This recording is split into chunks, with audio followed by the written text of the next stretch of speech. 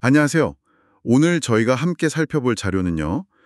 멜버른 시티교회 유튜브 채널 설교 중 하나인데요. 말씀대로 나아가고자 하지 않으면 세상에 표류하게 된다. 제목부터 좀 강렬하죠? 네, 맞아요. 핵심 질문은 이거예요. 왜 하나님 말씀대로 살려고 적극적으로 노력하는 게 중요할까? 안 그러면 세상 흐름에 그냥 휩쓸려 간다는 건데 그렇죠. 특히 빌립보서 2장을 중심으로 겸손, 또 연합, 그리고 그냥 가만히 있는 게 아니라 능동적으로 순종하는 것의 중요성을 좀 파헤쳐 보려고 합니다. 바로 시작해 볼까요? 네. 이 자료가 사도 바울이 빌립보 교회에 보낸 편지를 다루고 있잖아요. 네네. 근데 빌립보서가 다른 편지들이랑 좀 결이 달라요. 아, 다른 점이 뭔가요? 보통 바울 서신 보면 막 잘못된 거 지적하고 교리 논쟁도 있고 그런데요. 빌립보서는 그런 것보다는 감사가 많고 또 격려하고 그리고 문제가 생기기 전에 미리 좀 권면하는 약간 예방주사 같은 그런 성격이 강해요. 아, 예방적인 성격이군요. 네. 그러니까 바울은 빌립보 교인들이 이미 잘하고 있지만 그래도 더 하나님이 원하시는 모습, 그 공동체의 모시기를 이루어가라고 좀 따뜻하게 격려하는 마음으로 쓴 거죠. 그렇군요. 이 배경을 알고 보면 내용이 좀 더 와닿을 겁니다. 네, 그 따뜻한 배경을 생각하면서 설교에서 특히 강조하는 빌립보서 2장을 보죠. 바울이 여기서 같은 생각을 품고 같은 사랑을 가지고 뜻을 합하여 한 마음이 되라. 네, 연합이죠. 그리고 또 서로 자기보다 남을 낮게 여기라. 겸손을 말하는데요. 근데 이미 칭찬받던 교회인데 왜 이런 말이 또 필요했을까요? 그게 참 중요한 포인트 같아요. 아무리 잘하고 있는 공동체라도 언제든 분열의 가능성이나 자기 이익을 먼저 생각하려는 그런 마음은 슬그머니 들어올 수 있거든요. 아, 그렇죠. 늘 경계해야 하는 부분이네요. 네. 그래서 바울이 아주 강력한 기준을 딱 제시하죠. 그 기준이 바로 네. 예수 그리스도의 모습입니다. 예수님이 본래 하나님이셨지만 우리를 위해서 스스로를 완전히 비우셨잖아요. 종의 모습으로 심지어 죽기까지 순종하셨다. 이 부분을 설교에서 아주 강하게 이야기해요. 네. 이게 중요한 게 이 겸손이 그냥 힘이 없어서 어쩔 수 없이 낮아진 게 아니라는 거예요. 아, 수동적인 게 아니라 네. 하나님의 뜻을 이루려는 분명한 목적을 가진 그야말로 능동적인 겸손이었다는 거죠. 이게 바로 우리 신자들이 따라야 할 모델이다 이렇게 말하는 겁니다. 능동적인 겸손. 네. 그래서 설교에서 배려라는 말도 나오는데 이게 그냥 남 기분 맞춰주고 그런 차원이 아니라 이 예수님처럼 하나님 말씀에 먼저 적극적으로 순종하는 그 행동 자체를 의미하게 되는 거죠. 아, 그렇군요. 듣다 보니까 이게 오늘 우리 모습이랑 좀 겹쳐 보이기도 해요.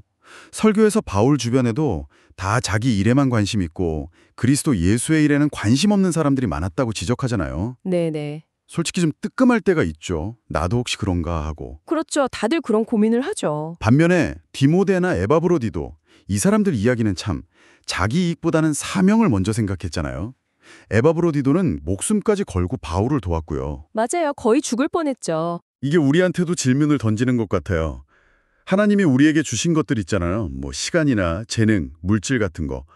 이걸 그냥 나를 위해 쌓아두고만 있는지 아니면 이걸 사용해서 하나님이 기뻐하시는 그 일을 하고 있는지 한번 돌아보게 되네요. 정확합니다.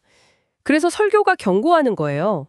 공동체가 함께 하나님의 목적을 향해서 힘써 나아가려고 하지 않으면 이게 가만히 있는 게 아니라 마치 중력처럼 자연스럽게 분열이나 불평, 이기심 쪽으로 그냥 흘러간다는 거죠. 아, 가만히 있으면 뒤로 밀려나는 거군요. 그렇죠.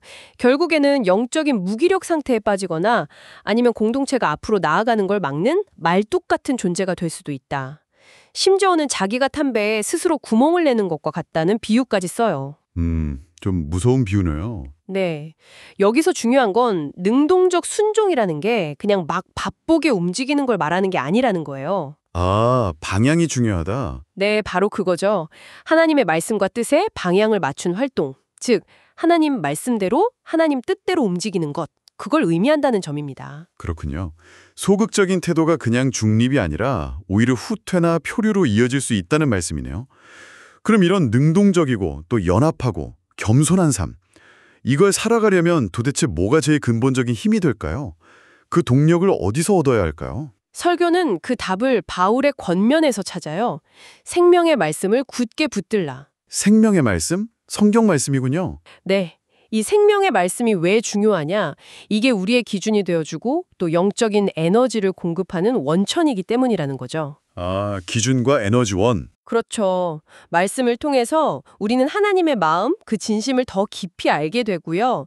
우리에게 맡겨진 사명이 뭔지, 복음을 전하거나 서로를 세우는 일 같은 거요. 거기에 기꺼이 참여하게 되죠. 네.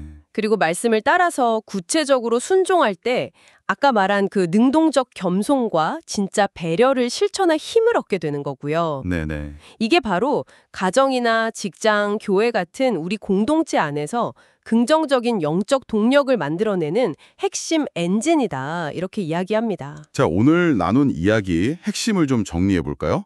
세상 흐름에 그냥 떠내려가지 않고 하나님의 뜻대로 살려면 그리스도를 닮은 겸손, 또 공동체의 연합, 그리고 무엇보다 중요한 게 하나님의 말씀에 기초한 능동적인 순종이 꼭 필요하다 이거네요. 네, 맞습니다. 그냥 가만히 있는 건 답이 아니고 오히려 자기중심적인 방향으로 흘러가기 쉽다는 경고도 있었고요. 그렇죠. 또 디모데나 에바브로디도처럼 묵묵히 자기 자리에서 사명을 감당하는 사람들이 정말 소중하다는 것도 다시 생각하게 되고요. 이 내용들이 지금 이걸 듣고 계신 당신의 삶, 또 당신이 속한 공동체에는 어떤 의미로 다가오시는지, 어떻게 이 원리들을 좀 더 적극적으로 살아낼 수 있을지 한번 고민해보는 시간이 되셨으면 좋겠습니다. 마지막으로요, 스스로에게 한번 던져볼 만한 질문 하나를 남겨드리고 싶어요. 네, 어떤 질문인가요? 설교에서 이런 대비를 하거든요. 하나님이 주신 도구들 있잖아요. 자원이나 재능, 지위 같은 거요.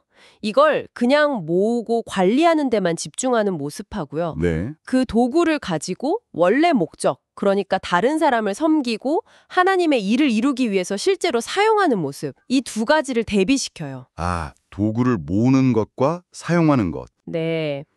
혹시 당신은 하나님이 당신에게 맡기신 그 일 자체보다 그 일을 하기 위한 도구를 갖추고 준비하는데 더 많은 마음과 에너지를 쏟고 있지는 않으신가요?